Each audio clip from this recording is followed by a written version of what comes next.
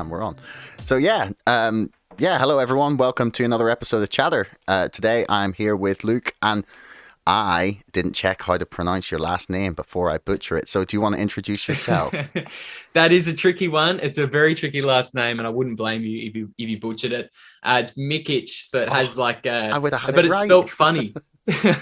So it's spelled Mikic, and obviously it's got like a silent H on the end. So don't worry about it if you butcher it, mate. Everybody does. I'm used to it. That's right. Well, Luke Mikic. So man, I was recommended to speak to you by Ben Werman. So shout out to Ben. And yeah, whenever someone recommends that I check someone out, I usually do because it's interesting. And then yeah, I looked at your page and you did some amazing interviews with some really cool people, man. So I'm excited to sort of pick your brain on some stuff here.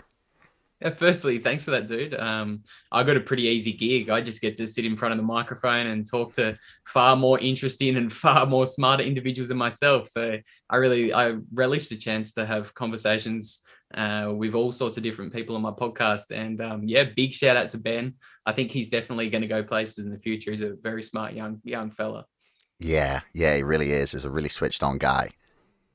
So the first thing that I guess I would like to speak to you, because this is something that Ben had mentioned to me. What is your case for Bitcoin? Just if someone comes up to you and goes, right, okay, well, like, why is this thing better than anything we've had before, or any of the other 10 billion cryptocurrencies and altcoins and things? Like, why this? Yeah, so my simplified kind of answer at a really high level for Bitcoin, I say for 5,000 years, we've used forms of money that have been able to be co-opted and monopolized by either kings, emperors, rulers, or today it's central bankers and big governments who have the ability to print money out of thin air. So for 5,000 years, we've had forms of money, whether it was gold, silver, copper, seashells, agri beads, or fiat currency. They've all been able to be co-opted, and they're all kind of operate on a monetary system where there are rulers who are able to change the rules. So that's the problem. And that's probably the largest problem we have in society today. And I'm sure we're going to break down all of the negative consequences that living on a fiat system for 50 years has caused to societies all across the world today. But at a really high level, Bitcoin fixes that. Bitcoin's the first money in human history that can't be controlled by anyone, and it affords every single person an equal set of rules. So Bitcoin's the first monetary system where there are no rulers, and that really is a very, very revolutionary thing, and it enables something that we've never, ever done before, and that's separate money from state. So that's at a very high level. I'm sure we can get more granular than that, but that's why Bitcoin. Okay.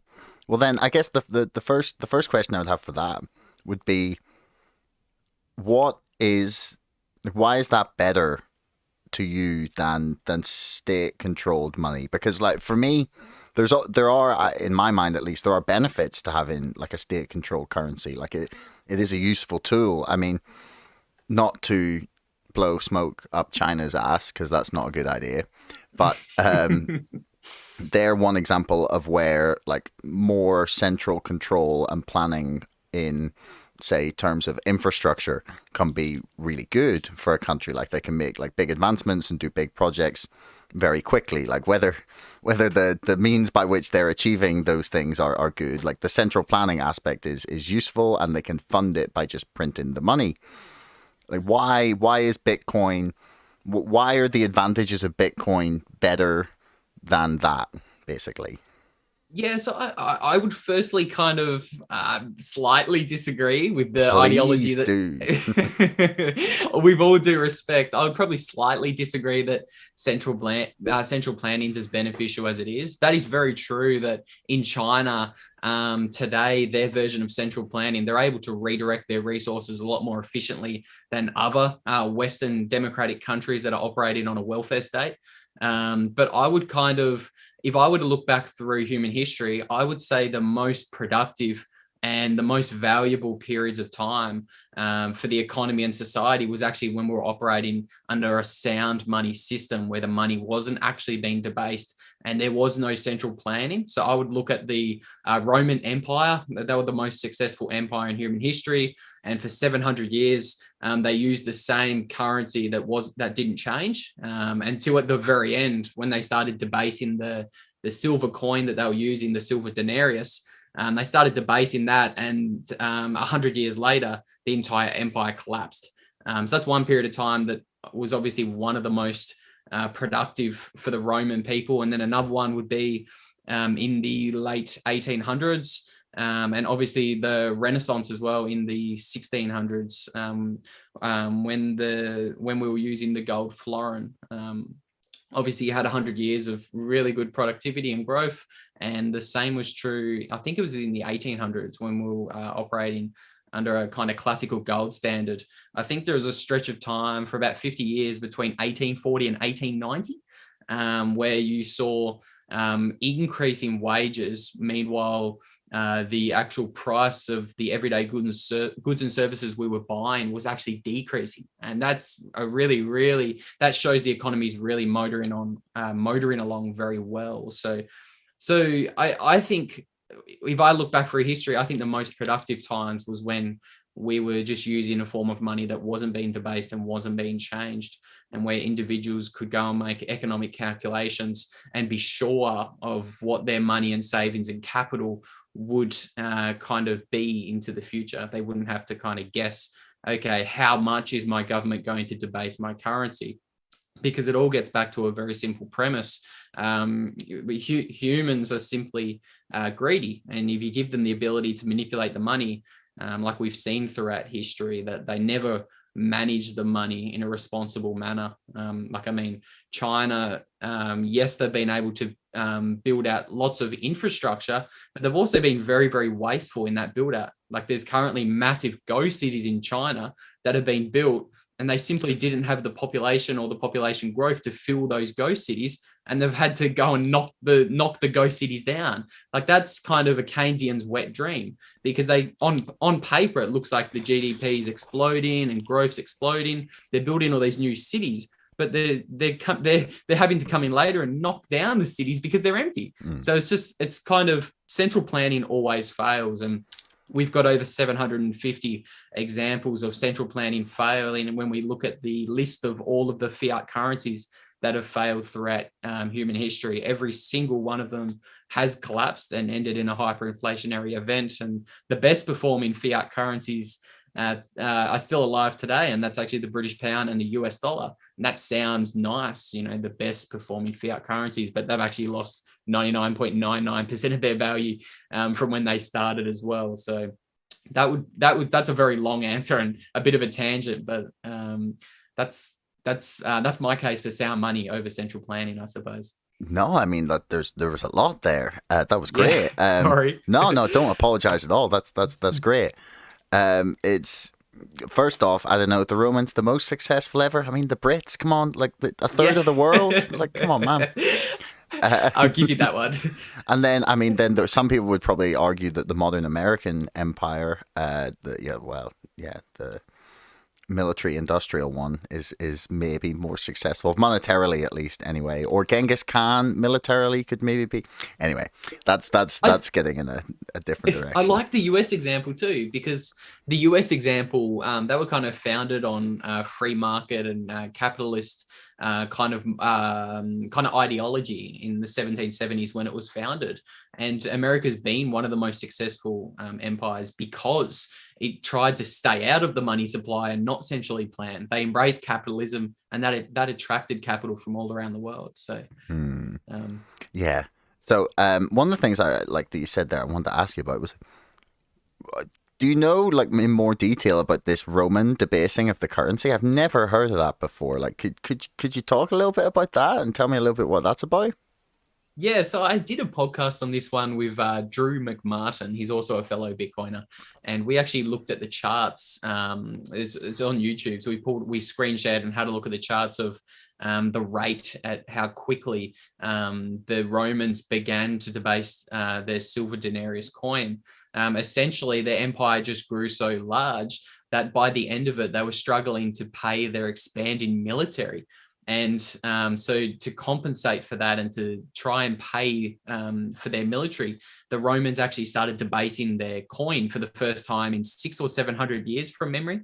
So yeah, and as with any currency debasement, it always starts off very slow and gradually at first.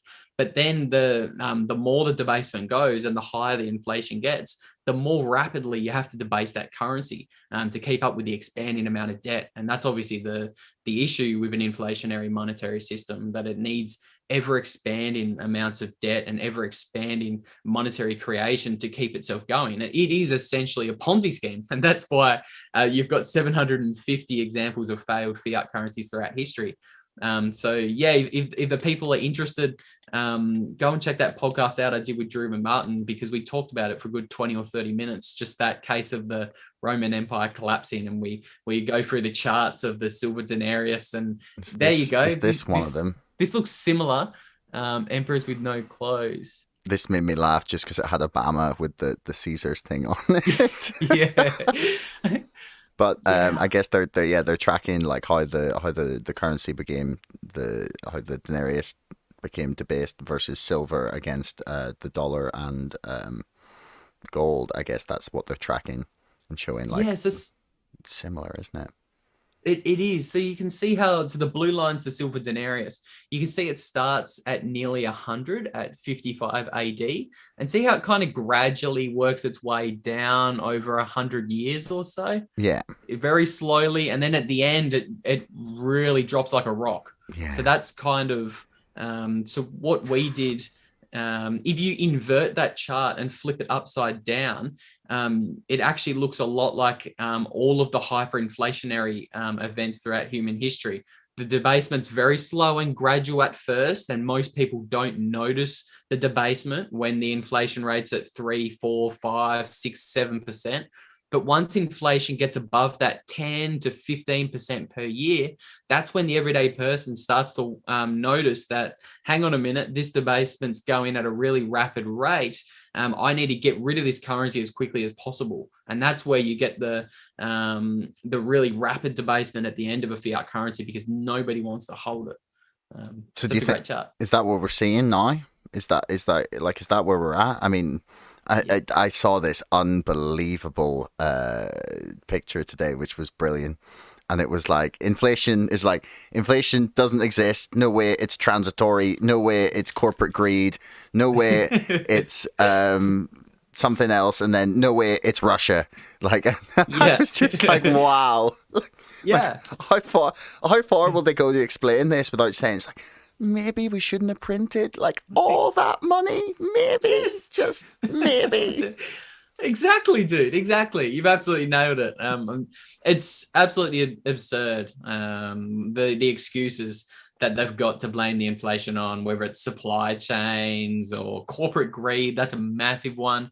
But they've never, ever once blamed it on the expanding monetary supply. And that's essentially what's causing the inflation. If you increase the size of the monetary supply and you don't have any extra goods and services, that's naturally going to cause goods and services to rise in price, because you've got more money chasing the same amount of goods and services. And that is, I think we really are kind of at the tipping point. We're at a stage where interest rates are at zero, and we have the largest debt bomb in human history. I think there's a really good there was a really good report done by someone called Hirschman Capital. I suppose they're a hedge fund, but they looked at sovereign defaults of like sovereign countries, and they found that since the year of 1800, 51 out of 52 countries that accumulated a debt to GDP ratio of greater than 130% defaulted on that debt. So you get above 130% debt to GDP, there's a 98.5% chance that you're going to default on that debt.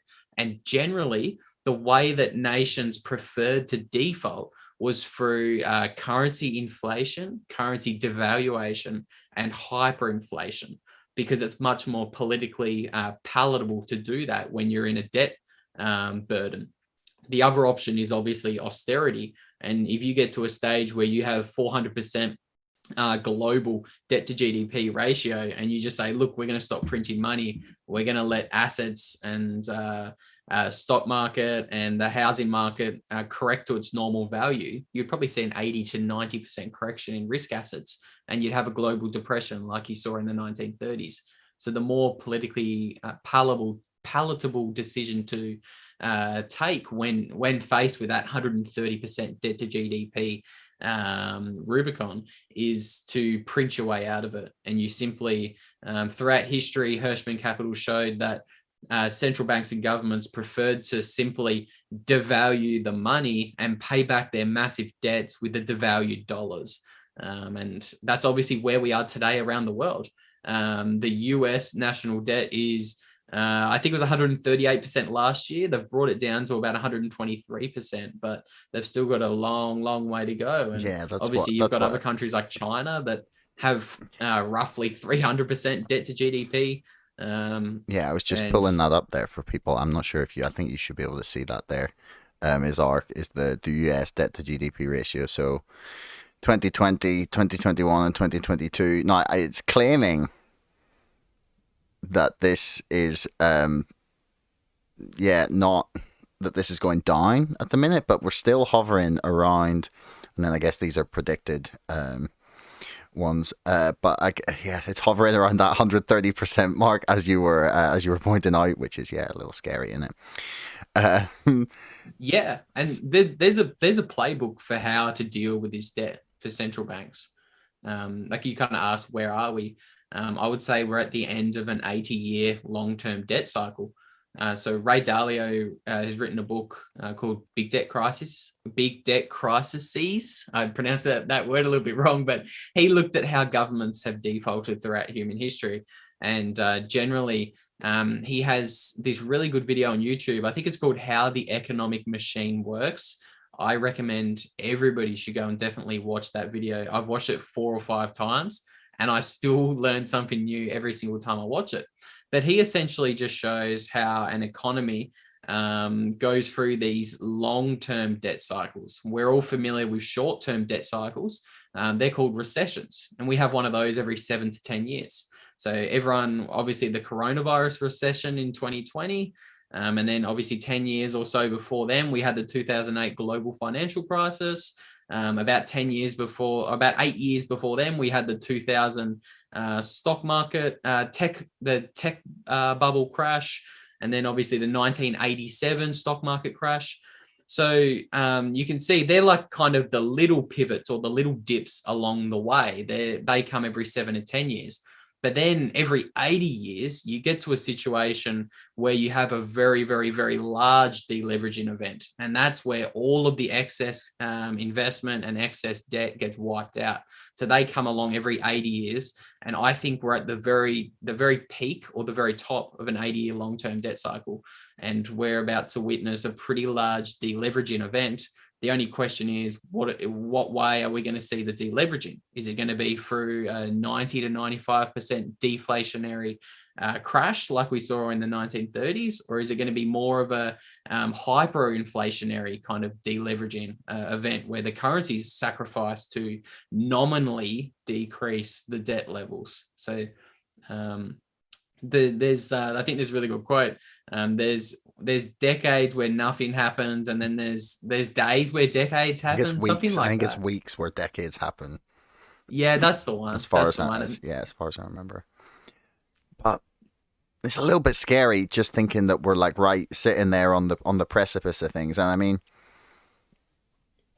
yeah, it's one thing to be like, oh, the economy is going to crash, and then to be like thinking, right, well, maybe this is it. Like, what comes next? I mean, the answer that then people tout, obviously, including yourself, would be buy Bitcoin. And why does that save people? Like, why does the economy crashing not just crash the value of Bitcoin? So Bitcoin, well, it's certainly, Bitcoin could get caught up in a little bit of the mischief during the kind of the crash, I suppose. There's a really, really good chart on Twitter. I've included it in most of the articles I write, actually. It's a chart measuring the volatility of gold during the German hyperinflation event in the 1920s. And it actually shows that obviously the price of gold goes from like 100 German marks to 1 billion German marks all in the space of 5 years as the German currency is hyperinflating. So you would think, okay, geez, gold performs ridiculously well in German marks.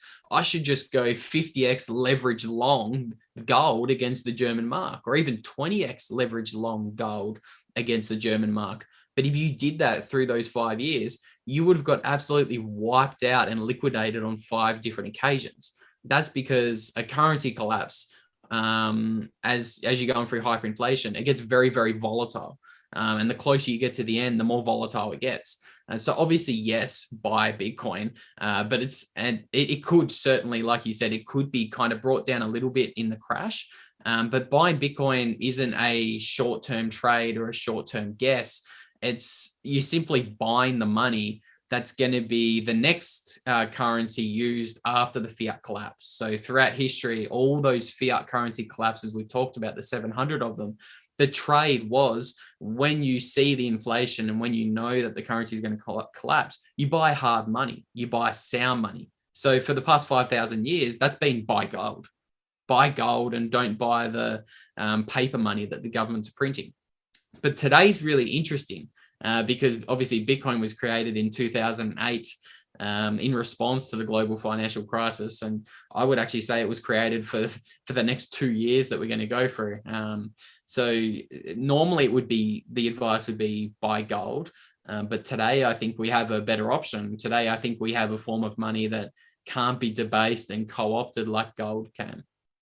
Is this the chart you were talking about? That's the chart of the German mark going through hyperinflation. And you can see that it all happens in 5 years. Okay.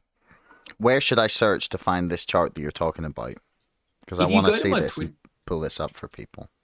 Yeah, it's a phenomenal chart. If you go to my Twitter profile, I have an article that I wrote that ended up being published in Bitcoin Magazine, and it's pinned on my profile. It's a pretty long article, so it could be challenging to find the exact picture, but it's definitely in there. We're gonna find it. Yeah, we're gonna do it. We're gonna do it live on air, guys. That's the article. Bull runs. Okay, we're gonna find it right here. I mean, we're not technically live, but like, yeah, we'll do this pre-recorded / live. We're doing it live. It's about 2/3 of the way down, so it's and it's Bitcoin a little bit further down. It's really close to here. A little bit further. A little bit further.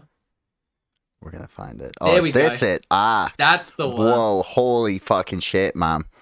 Cool chat. That is insane. So you can see, I'll walk the people through it. Yeah, so you can see in black the price. That's the price of gold price in German marks. You can see in 5 years during the German hyperinflation, it goes. You probably get millions of % returns on that. So people would think, oh, I'm just going to leverage long gold. I'm going to go 50x leverage long gold. I'm going to trade this, and I'm going to be an absolute genius. As my good friend Greg Foss says, you're trying to be too smart by a half. You've been way too smart by a half.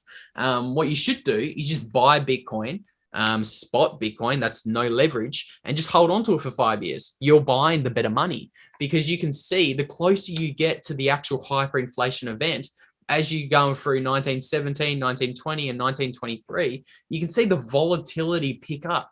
So that's measured in the red. So the red's measuring the % change of the gold price month to month. So you can see there's about 1, 2, 3, 4, 5. There's 5 occasions where you saw like a large 20, 40, 50, and there's a few 80% corrections in the price of gold along the way to hyperinflation. So even if you had 2x leverage long on gold, you would have got liquidated on multiple occasions. Wow, that is an amazing chart, man. It's not mine, by the way. It's pinched off someone, somebody. I think it was Larry Lepard or Dylan Leclerc. They've both posted on Twitter, so all credit to them. I'm pretty sure I linked to them in the article, but Okay, It's a well, phenomenal I'll chart. stick links for all this stuff in the description for people who want to check it out. But that's really wild. So you're saying that if people are buying Bitcoin for this, like they're gonna need serious fucking diamond hands to get through it. Yeah, yeah, exactly right. I think so. Earlier you kind of asked where are we? I think we now that the central banks are pretending as if they can raise rates and taper their balance sheet. I think we're witnessing the first kind of little deflationary event or the little deflationary collapse. Maybe the second one. Because as Greg Foss, again, my good friend Greg Foss would say, it's mathematically impossible for you to actually raise rates where you have a $400 trillion debt bomb. It's mathematically impossible. Governments would default on their own debt if they allowed interest rates to raise. So they simply can't do it.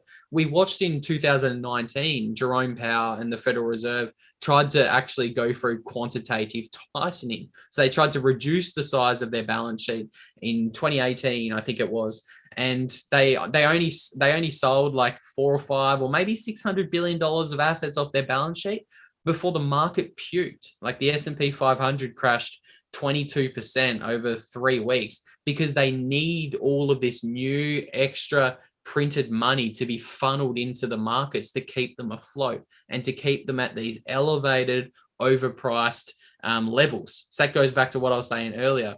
You need more and more credit growth, more and more money growth to keep this large debt balloon growing and growing and growing. You can't have deflation when you've got $400 trillion of debt. So obviously the stock market sold off 22%. Jerome Powell came out and said, okay, we're going back to quantitative easing and we're not going to raise rates because we simply can't do it with asset prices where they are. And that was obviously just before 2020. 2020 came along and we saw one of the fastest crashes in human history in the stock market. Stock market was down 35% in like 27 days. So it wasn't as large as the 1929 stock market crash, but it was faster. And obviously Jerome Powell had to walk out, and Neil Kashkari came out and said, look, we're going to print an infinite amount of money to save the financial system, or as I would say, boost asset prices and make the rich richer, because obviously that's what boosting asset prices does.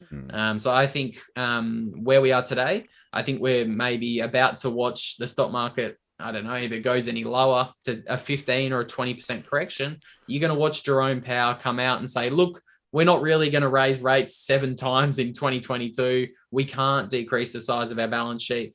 Something popped up like this war with Russia and Ukraine. We need to start printing money again. It's not because of the balance sheet and the debt bomb. It's all because of Russia and Ukraine, or it's all because of coronavirus mutant wave X43 Omicron sun's back, or it's because of the supply chains. They'll have an excuse for it, but that when they come out and they say, look, we can't taper, they'll have an excuse. So that's where I think we are. I think we're witnessing just a little deflationary spike before obviously the trend continues of higher inflation and fiat currencies going down the toilet. Yeah. I mean, we'll see. I was about to say I can't wait to see Joe Biden coming out, trotting out, and saying these things, but who knows how long he's going to last? I mean, really. Actually, I feel bad for the guy at this point. Like, I actually do. I feel like it's elder abuse. It's because it's not funny. That guy is not all there, man, and you're just like you're taking advantage of an old man, basically. Yeah. The people that's what the people who are wheeling him out are doing. They're taking advantage of an old man because they're terrified that the vice president is the most unpopular vice president in history. She's more unpopular than Mike Pence. How is that even possible? It shocks me. But yeah, Biden's not all there. I mean, when you shit your pants on live TV, you're clearly not all there. So it's pretty absurd that he's the president of the United States. But Yeah, well, I mean, we live in crazy times, my friend. yeah, the curse of interesting times, like, innit? But so then, obviously, as you're saying, buy Bitcoin. We need a hedge, something that is not controlled by central governments, and something that would be used that will hopefully retain some sort of value in the case of a financial crash. So why is Bitcoin, BTC, that thing? Why is it not Ethereum, or why is it not BCH or BSV or Dash, or I've had like quite a few people on here making the cases for like different cryptocurrencies, whether that's just they're investing in them as an asset, or whether that's that they believe they're the future of money. And quite a few people tend to like obviously prefer Bitcoin, but like why is that the one? Like why is that better than why is that better than all the rest? Yeah, so Bitcoin's the only crypto, quote unquote, cryptocurrency. I hate saying that word; it's so dirty. But Bitcoin's the only crypto that doesn't have any rulers and can't have its monetary supply changed, or can't have the rules changed. Ethereum, for example, has had its monetary policy changed, I think 7 or 8 times throughout history. Vitalik will just decide to burn tokens one day. The next day, he'll decide to pre-mine himself 70% of the tokens when he created it. Now they're talking about EIP 1559 and making it deflationary and ultrasound money, making it better than Bitcoin. But what the Ethereum guys don't understand is sound money isn't just predicated upon the issuance rate. It's also predicated upon how easy it is to actually change the supply of the money. So I would actually argue Ethereum is not ultrasound money. I would say it's actually simply recreating the fiat system. It's just we have central bankers of Ethereum who are able to change the rules. They're just the new rulers in this potential technocratic dystopian future. They don't want a form of money where everybody operates under the same rules. They just want to be the new rulers. So that's probably what I always go to with Ethereum. And that's obviously, and because running a node is a very, very important thing in any cryptocurrency, the ability to run a node. So the ability to run a node in Bitcoin, anybody can do it. The size of the blockchain is like 300 gigabytes. So I have a little Raspberry Pi. It's like a $50 or $100 little single board computer, and I run a node. I can verify the 13 years of all the Bitcoin transactions there have been in history, and I can quote unquote have a vote. It's not really the best terminology, but I can quote unquote have a vote on the Bitcoin blockchain, and say, look, I'm never updating my rules. These are the rules, and I'm agreeing to this. Like these are the rules I'm agreeing to follow. But with Ethereum and with BSV in particular, and Bitcoin Cash in particular, because the blockchains are so large, because they've made, in my opinion, fatal fundamental design errors, it's impossible for the everyday person to run a node unless you have like a $5,000 specialized computer. In Ethereum's case, to run an actual full node, not just an archival node, you need like 4 terabytes of data storage, and that's only going to grow. With BSV, obviously they decided to increase the block size of their blockchain, and that's going to make it so that it continues to centralize into the future. And it's going to get to a point where the only people who can run a node or quote unquote have a vote on the BSV blockchain are these large, wealthy elites who can afford these $10,000 specialized data centers that can actually handle the throughput to run the BSV blockchain. So I would say that all of the other cryptocurrencies probably will be co-opted by maybe wealthy bankers and wealthy elites, because they'll look at it and say, oh, awesome. This is like a recreation of the fiat system where we can cozy up to the money printer and enrich ourselves and change the rules whenever we want to. So I think, yeah, Bitcoin's the only cryptocurrency that has a rule set that can't be changed. And obviously we saw that in 2017 with the block size wars. We saw the wealthy bankers and the wealthy people in the Bitcoin space try to actually change the rules of Bitcoin. There's some very, very big names. I think about 70 to 80% of the miners were on board for actually changing this increase in the size of the Bitcoin blocks, because it would have been more profitable for them. And same with all the exchanges. They were like, yes, yes, yes. Let's increase the size of the Bitcoin blocks so that we can jam more transactions into those blocks. And we obviously get more users and more transaction fees. This is good. Let's let's increase the size of the Bitcoin blocks. But obviously, when you do that, it makes the blockchain larger, makes it harder for the everyday person to run a node on a very cheap computer. So that would have centralized Bitcoin. But obviously, the free market decided that Bitcoin was the real Bitcoin. And obviously, all the economic money flowed to Bitcoin and not Bitcoin Cash and Bitcoin Satoshi's vision. So I think, yeah, that's my case for why Bitcoin and why all the other guys, all the other things aren't really as decentralized as they claim to be. Yeah, well, no, I mean, it's a good case, man. So does that essentially mean in this case that the more people who run nodes, the better, basically, for the strength of the decentralized network? Yeah. Yeah. So there's an estimation that there's like 200,000 Bitcoin nodes. Obviously, it's like when you Google it, I think it'll only tell you there's like 10 or 20,000 nodes because they're the public nodes. Obviously, most of these nodes connect via Tor. So most of the estimations out there show that there's 150 to 200,000 Bitcoin nodes, and no other cryptocurrency even comes anywhere close to that. Wow. Who would be the best person to talk to about that kind of thing? I could probably have a think about it. There's lots of really far more technical people than myself that float around on Bitcoin Twitter. I should always preface me saying anything with that. I'm not technically proficient at all. I'm actually a computer dumbass. But there's lots of people on Twitter who definitely track that. Maybe Stefan Livera, Shinobi's on Twitter. I no more really come to mind off the top of my head, but Okay. I remember looking at lots of really interesting Twitter posts about the node count in Bitcoin and compared to lots of other cryptocurrencies. Yeah, no, because it's occurred to me in the last. I mean, I guess the thing that really like triggered me on it was the truckers. I was just like, governments can just switch off your bank account, man. Then they will do it, and no one will say shit. Like, I was stunned, and it's not. I don't even need to get to like how they've treated the protesters, because like, I mean, I have separate thoughts about that, but like, just on a very basic level, I saw stories about like a woman who was like a single mother, and she'd like donated like $50 or something to the truckers.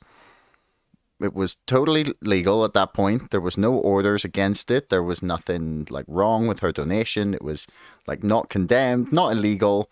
Like she just gave them some of her money, and she had her bank account frozen. And I was like, are we gonna say that's okay, or are we gonna be so silent about this, or are we? I've no idea what the reason for the lack of outrage about that sort of thing happening. But like, I mean, maybe we're all just distracted with Russia, which could be it. Like, to be fair, but I was like, we need something decentralized. We need something that is not just like able for the government to switch it off, because like it's clear that technology and centralization has made them far too powerful. And I'm trying to figure out basically what the like is everyone I speak to about Bitcoin, right, says that like they're all very positive about it. Obviously, I mean, most of them are very, very, very maximalist on its potential, about its like price price targets, and I'm like, right, okay, like I get it, but you all own Bitcoin, right? So I can't take you totally 100% seriously. I need to figure out like what it is exactly that makes this thing unfuckable with. Like, and that is what it needs to be for me to like be like, right, okay, I'm in 100%. Give me everything I can possibly get. Because I have some, right? Because I'm like, I buy the arguments enough to go and buy some, but I'm still like, do you believe it's genuinely like, as long as something like unforeseeable doesn't happen, that like the government like shouldn't be able to come and fuck with our Bitcoin, basically? Like, is that, can they get their hands on it, and can they shut it down, do you So think? they a lot to unpack there, lots of really interesting points. Yeah, I sorry, I think tend to do that. no, it's great. I love it. I love it. I've been ranting and raving heaps in this interview already. I think the first so I don't think governments can come and get it. No. I really don't think they can. And I think if they could, I think they will and they would. I mean, we've seen that For example, with DeFi, that's something I wanted to bring up earlier. DeFi came out and marketed itself as, look, we're fully decentralized, governments can't stop us. And we've seen like the largest decentralized exchange, Uniswap, bend the knee to the government and delist like 100 protocols.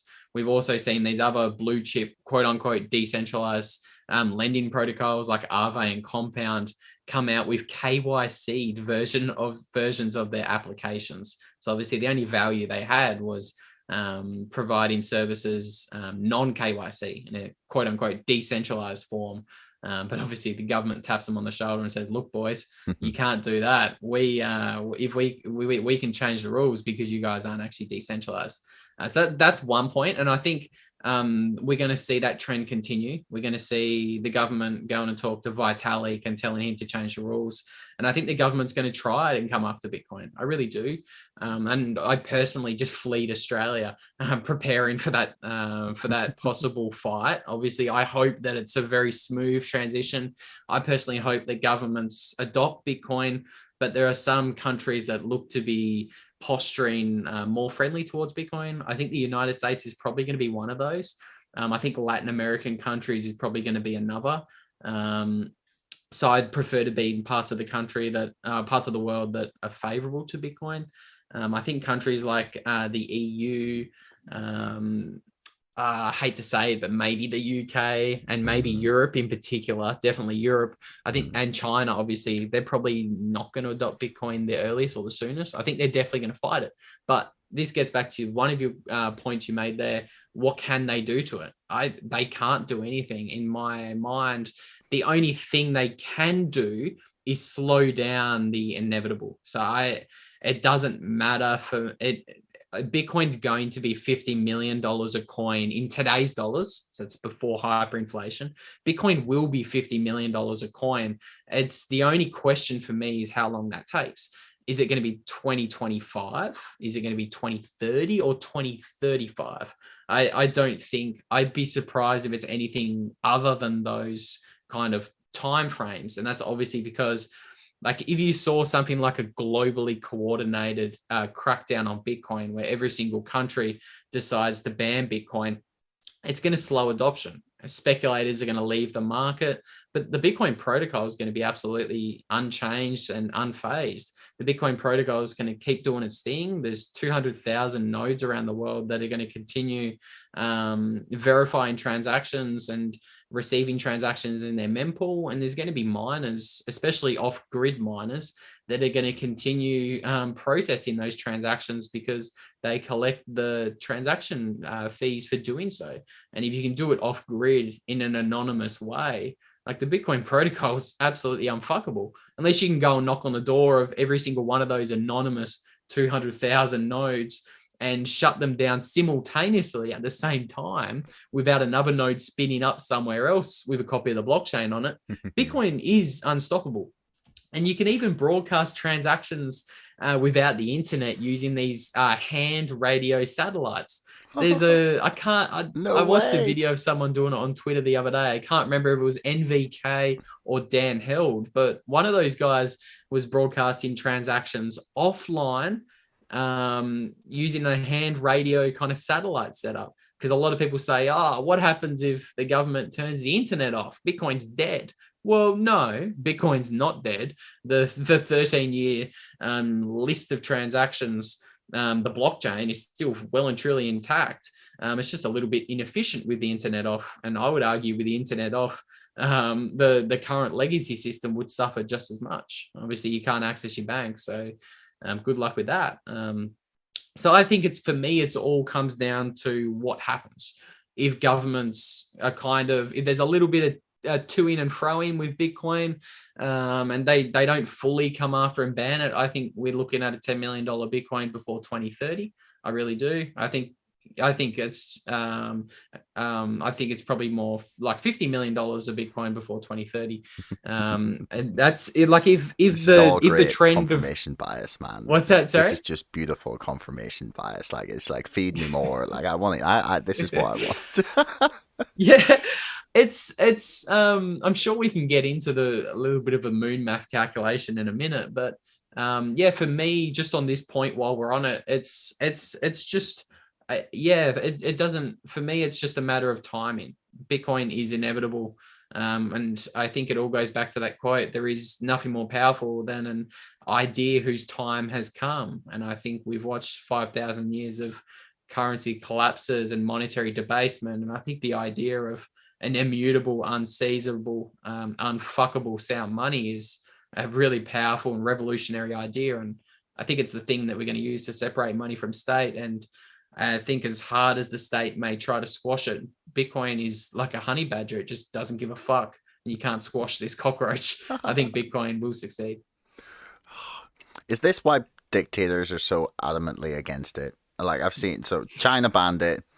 Russia seemed to be, they've had a weird stance to it. But then I've seen a couple of other dictators start to ban it.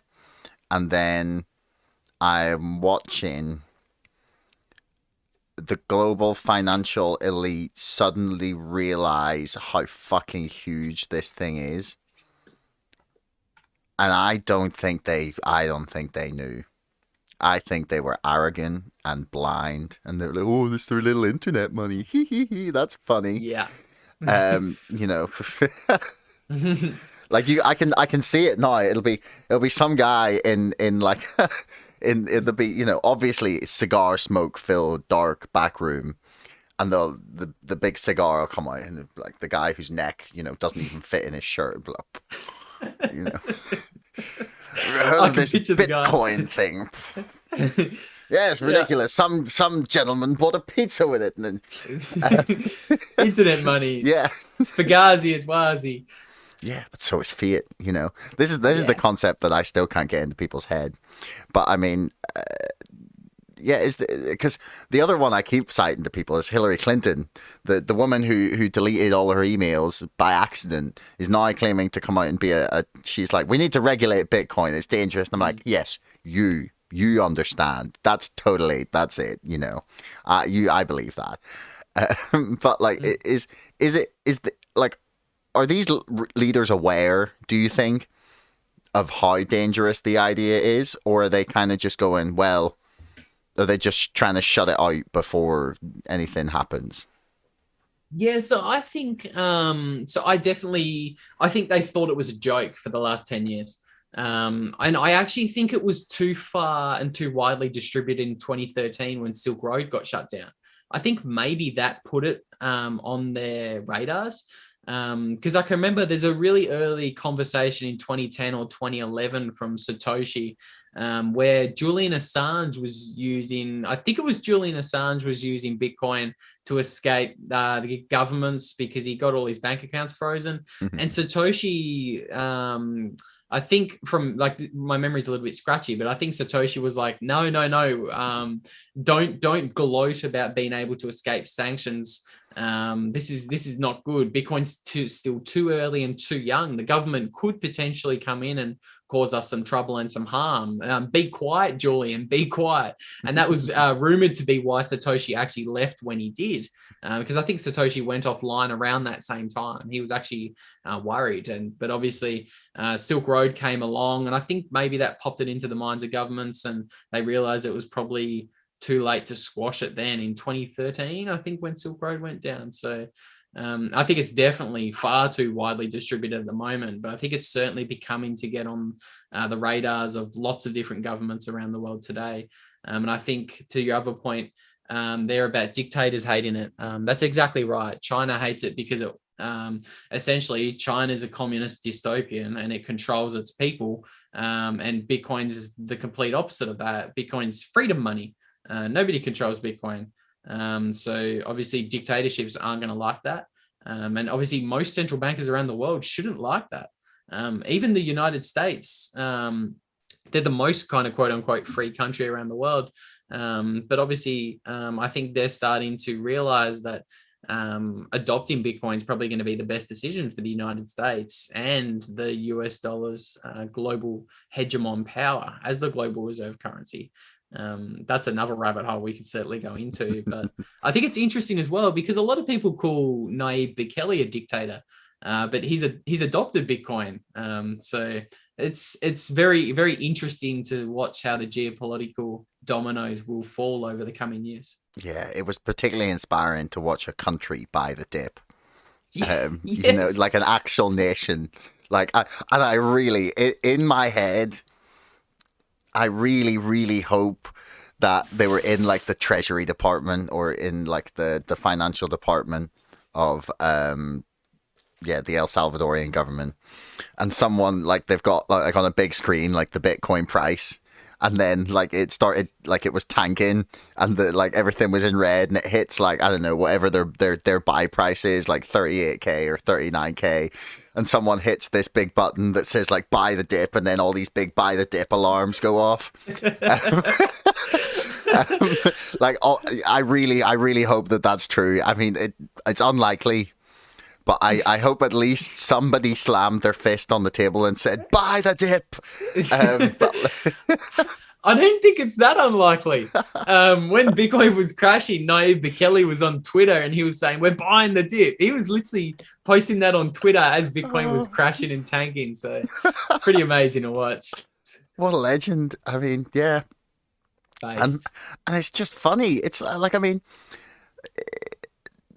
do you, the my real question then is like, so we've talked on about the debasement of currencies, about like the power that Bitcoin can have to be decentralized, to be not controlled by governments, for them to not like be able to get their hands on it, to be able to transact offline, peer to peer, without the need for a government. Like that's so fucking huge. Like, you know, that's huge. And then I look at it and go like, this isn't good. Like these people won't go peacefully.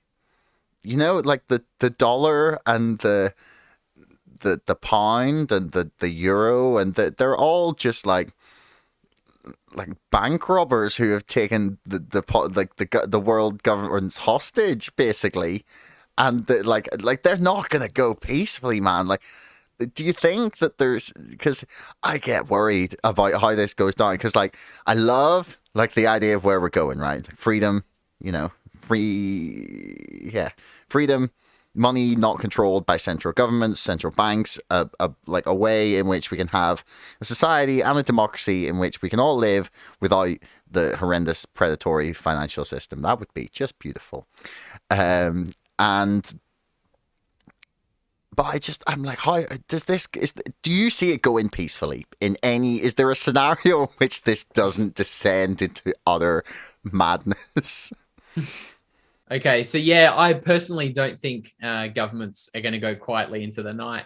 I obviously have my fingers and toes crossed that they will. I think that would be amazing to watch them kind of go quietly into the night.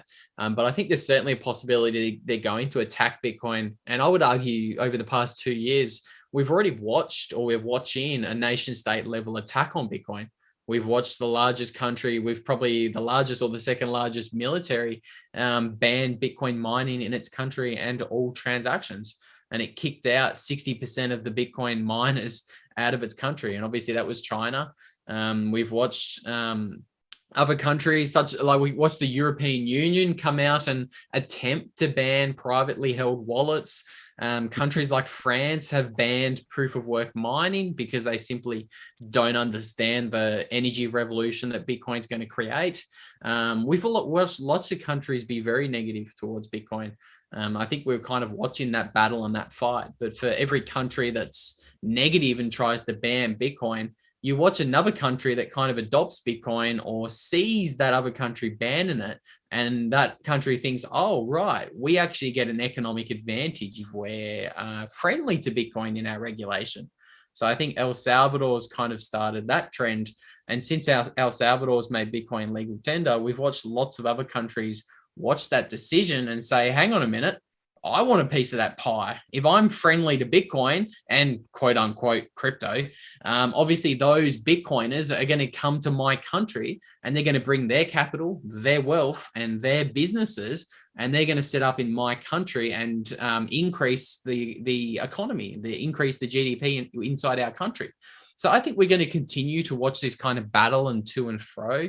We're going to watch countries like China and like the European Union ban Bitcoin or be very unfavorable towards it in terms of regulations. And we're going to watch other countries like El Salvador or Ukraine or Brazil and Panama. And there's a little city in Switzerland talking about adopting Bitcoin the other day. We're going to watch all of these, what I'm going to call small nation states or free private cities pop up and say, look, we're friendly to Bitcoin. Bring your money over here. If China's kicking you out, come to us. Come set up your businesses in our countries. I think we're going to continue to watch that. And I think if we continue to see the trend that we've seen over the past 2 years, where Bitcoin's been in this battle amongst nations, I don't think these little bans and these little regulations are doing enough to slow down Bitcoin adoption. I actually personally think we're watching over the past 2 years. I actually think we're watching nation states quietly buy Bitcoin. I just don't think they're announcing it. I think there's one chart that kind of yeah. I think there's one chart that suggests exactly that. For the first time in Bitcoin's 13-year history, coins have been moved to exchanges. So Bitcoin started off as a peer-to-peer network. There was actually no exchanges in the beginning. Exchanges popped up around, I can't remember, 2012, 2013, 2014. Exchanges started to grow. And as they started to grow, the balance or the amount of Bitcoins on exchanges grew. So there's actually one chart in that article we were looking at earlier from the German hyperinflation, and it shows the amount of Bitcoins on exchanges just increases for the first 13 years of Bitcoin's life. It goes up in a straight line until 2020. 2020 happened and something fundamental changed in the Bitcoin market. It was almost as if the money printing woke up the largest and the smartest individuals that are operating in the economy. Because since 2020 happened, the total amount of Bitcoin on exchanges has actually decreased from 3.1 million coins all the way down to something like 2.3 million coins on exchanges today. So we've watched something like 30 to 35% of the total available Bitcoin on exchanges decrease. And it's people ask, where's it gone?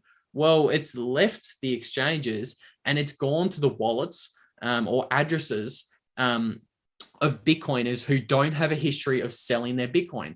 So when we're talking about on-chain analytics and fundamentals, they classify this kind of holder or this kind of entity as a long-term holder. So we can see since 2020, the amount of long-term holders has increased dramatically and it's at an all-time high.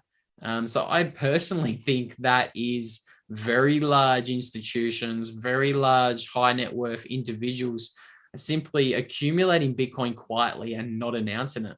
And I think we're going to get into a very interesting scenario where there's simply no Bitcoins left on exchanges. And I love the looks of that chart you've pulled up there. Is this the one you were talking about? So that's more of a zoomed in chart. Okay. There were other ones. There's one. Is this the longer version? That's the one. That is the one. So you can see for the first 13 years, look at that yellow line just grow. It grows. If that chart zoomed out all the way to the beginning of Bitcoin's life, it just continues to go up until 2020. When you had the 2020 COVID stock market crash, that the yellow line has continued to go down. And even that large 55% correction after the China mining ban, we only saw a little small uptick of coins on exchanges. There's only 50 to 100,000 coins got sent to exchanges. But then again, the downtrend has continued at a rapid rate. So I think that right there, that's the one chart that suggests, for me personally, I think we're watching nation state adoption. And I'd be very interested to see if that trend continues for the next 2 years or 18 months. And the amount of coins on exchanges, it's down to 1.5 million or even 1 million coins on exchanges. I think there could be a FOMO for Bitcoin because people will start to understand what Bitcoin is and they'll take it off exchanges into self-custody and they'll stop sending it to exchanges to sell. So I think it's going to be the supply shock of a lifetime. Yeah, I mean, I guess we'll see what happens with it. I have one more question for you because it is almost 2 o'clock in the morning here. So I love the dedication. That's awesome. yeah, man. I mean, I find time when I can, and yeah, I got a lot on my plate, but I enjoy this too much to not keep it going, and I have too many amazing plans and great guests lined up for the coming months for to let it slide by the wayside. So the last thing is about my favorite topic, basically, and Ben Werman's favorite topic, I believe, as well, probably, which is GameStop. So I assume you've spoken to him about this at some point. I'm sure he's maybe mentioned it. Oh, I've been in his ear. Don't you worry. So what is your take like on the whole GameStop situation? Like, what do you think? Like, are there people who are buying and holding? Are we insane? Like, is that a mad thing to be at? Because Firstly, and we think that. Well, I say we. I also. I'm not. Yeah, I'm not sure which is a better hedge. Actually, that's a good point. But people buying GameStop believe that's the hedge, not Bitcoin. What do you think? yeah. So firstly, I would say maybe 2 a.m. Where you are. It's only 6 p.m. where I am. But if we're looking at the two different camera setups, it looks as if I'm the one that's operating in the 2 a.m. darkness because the sun's actually set where I am and I haven't got up to turn my light on. So I apologize for my horrible lighting. Anyone who's listening on YouTube, it looks like I'm the one at the 2 a.m. setup. But GameStop, I think you guys are really smart. I think you guys have absolutely nailed the forensic analysis of who was short GameStop and AMC. I think the Redditors were geniuses. I think you guys picked the right trade. And for the first time in 50 years, it was actually an example of people using good fundamental analysis to create a short squeeze and buy the right stock where they should. I think it was amazing. But I'm on your side. I think you're doing great things. I think you're bringing down the system. And the same with the silver squeeze. I think that's genius. But this gets back to governments and big central banks being able to change the rules. We saw, I think, was it GME or AMC, where you guys were actually sending some of those large hedge funds bankrupt. And there was a call from the White House to Robinhood, and they said to them, look, guys, you need to shut this down. This is going to cause an economic crisis. You need to go in there and you need to confiscate the open trades of Robinhood traders who are long GME. And you need to turn off the buy button on GME because it's going to break the entire financial system. So it's just another example of these rulers and these people in control of the monetary system being able to change the rules of the game. And I think it's tragic. I think I'm with you guys. I think it was absolutely unfair. But I think for me, that's why it's not a hedge, because it's simply, even if you guys do manage to short squeeze these guys and blow up the financial system, even if they don't call the White House next time around, and there's another short squeeze that's engineered, you guys could on paper be ridiculously profitable. But if you blow up the financial system, are they going to let you take your profits off the exchanges and actually get it into your hands? Or when you blow up the financial system, is everything going to freeze and you're going to get a bank holiday like you did in 2008 global financial crisis? Literally, the entire financial system was hours away from freezing. And because when it blows up, when the economic system blows up, everything ceases to function. So that means banks freeze, banks don't have money to give to depositors. And it would be the same with stock trading platforms. I'm just predicting or assuming what would happen in this scenario, but I think it would be very difficult to get your profits off the exchanges, even if the White House didn't call Robinhood next time around. And even if you guys did short squeeze the big banks and the hedge funds. So for me personally, that's why it's not a hedge. And that's why Bitcoin on exchanges isn't a hedge either. If you own GBTC or if you have Bitcoin on exchanges, I personally think that's the exact same as holding AMC or GME or any stock or paper gold or paper silver. If it's not in your physical possession, it's not yours and it's not a hedge. I think there's a scenario where governments could confiscate Bitcoins off exchanges because it's a national security risk for them to not have Bitcoin in their treasury reserves. So I think they could go to exorbitant lengths to accumulate Bitcoin. So that's another whole rabbit hole and conversation in and of itself. But that's why, for me, AMC and GME isn't a hedge. Well, I mean, people will totally agree with the latter statement there. That AMC is not a hedge. Although there might be people watching who have bought and still hold AMC, and I wish you all the best of luck. Um, I think it's probably not going to happen, but I mean, you never know. There's weird correlations between how that stock and GameStop have performed over the last year. It's obviously not a perfect correlation, but it's some weirdly similar patterns tracking, and like it's just I've no idea what to make of it. I just see the thing and I'm like, that's interesting. Like, but what does that mean? It's like I don't know. I don't know enough to tell you what that means. But I also need to check out if it was the White House that called Robinhood, because as far as I'm aware, it was a 3:30 email from the DTCC that told them they didn't tell them to turn off the buy button. They basically because there's a lawsuit that's like this is the center of a whole bunch of controversy. So basically, the DTCC sent an email saying, "Hey lads, these all these positions are really wildly, volatile, and because of the T+2 settlement system, you're gonna have to post like some obscene amount of money. I can't remember right now because it's 2 a.m. And then they were like, we don't have that. And then they were like, oh well, it's kind of discretionary, so we can fiddle around with this. And eventually they negotiated it down to like 700 million. And then they got like a cash infusion from some big players, and there were suggestions that maybe Citadel were involved, but there's been no proof that they had definitely given them the money, as far as I was aware. And then apparently the NSCC, which is the clearing company, which is the one that's involved in it, had waived all capital requirements for margin calls and things like that, so that technically they shouldn't have had to pay any extras.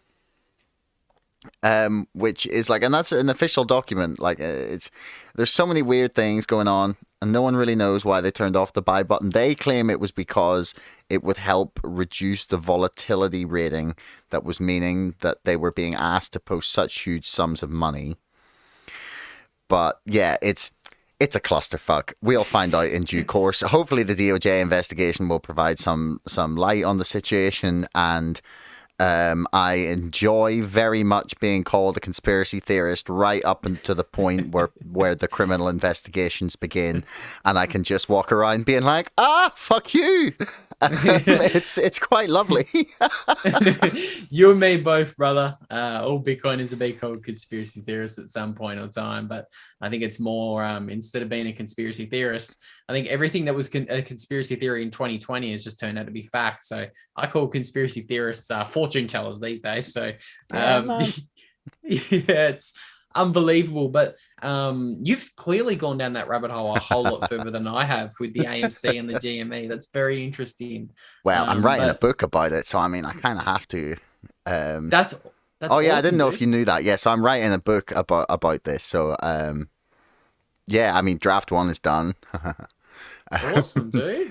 That's sweet. Yeah. I'm really excited to read that one day for sure. Oh, baby. But that's still for me, that's the biggest thing that stops me from going further down the AMC and GME rabbit hole. It's can they and will they turn off the buy button again in the future? It doesn't matter what reason it's for, whether it's, this email, or whether it was the White House, or whether it was because of capital requirements. I think the fact that Robinhood did, for me, is an indication that there's too much questions, or there's too much uncertainty in that likelihood or scenario to have too much of my net worth on an exchange where I need to trust the stockbroker like Robinhood to respect my trade and actually return me my money when I do win that trade. Because you guys, economically, you're going to win the trade. You guys have it engineered perfectly. You are going to create a short squeeze again. It's just whether or not the rules are changed at the end. So for me, for Bitcoin, I'm 100% sure that there's enough. I'm always going to have my share of that 21 million Bitcoin supply because They will nobody never can change take the it from rules. me. Yeah. Yeah, nobody can, but I hold my Bitcoin. So nobody can change the rules of Bitcoin, but nobody can confiscate my Bitcoin. Like I have my Bitcoin set up in a way that somebody needs to take me to two different countries for me to even be able to sell a large portion of my actual Bitcoin. You can store Bitcoin in a multi-signature arrangement where somebody could walk into my house tomorrow, put a gun to my head and say, look, give me all your Bitcoin. I know you're a Bitcoiner. And I could literally say to them, look, mate, I can't sell most of my Bitcoin. You need to take me to Australia so I can go get my other private keys to sign a transaction with Bitcoin. Like that's how much faith and security there is around my Bitcoin holdings. With my AMC and GME shares, I don't have that same security. I need to trust the stockbroker to actually give me my money back when I want it. And that's for me why Bitcoin is the hedge. Well, I mean, you make a very compelling case. So, yeah, man. Do you want to point people towards your podcast and some of your work here before we wrap up? Yeah. Firstly, dude, Josh, thank you so much for having me. It's been an absolute treat. I'm sitting here in the dark. We've been talking for so long, but I've absolutely enjoyed this chat. It's been phenomenal. So thanks for having me on. Firstly, yeah, so most people can find me on Twitter. My name is Luke Mikic 21 on Twitter. I'm sure that could be down in the description below. I'm on there 24/7, so come hit me up. And I have a podcast that I co-host with my friend Corey Tusik from who's also in America, and that's called the Bitcoin Made Simple podcast. And we have lots of conversations about Bitcoin and all sorts of other things surrounding macroeconomics, inflation, hyperinflation, conspiracy theories, COVID rants. You get it all on there. So that's where you guys can find me. Wonderful. Yeah, man, and yeah, it's been a pleasure. So thanks for chatting to me. It's been a lot of fun, and like you said, links for everything have been in the description. So yeah, No, the pleasure's mine. It's been amazing. Thanks so much for having me, and it's really nice to meet you, Josh. yeah, man. Thanks for making it all the way to the end of the podcast. If you want to leave us a comment, that would be awesome. Please like, share, subscribe, and if you're listening on Apple, please leave us a review. Until next time, thanks for listening.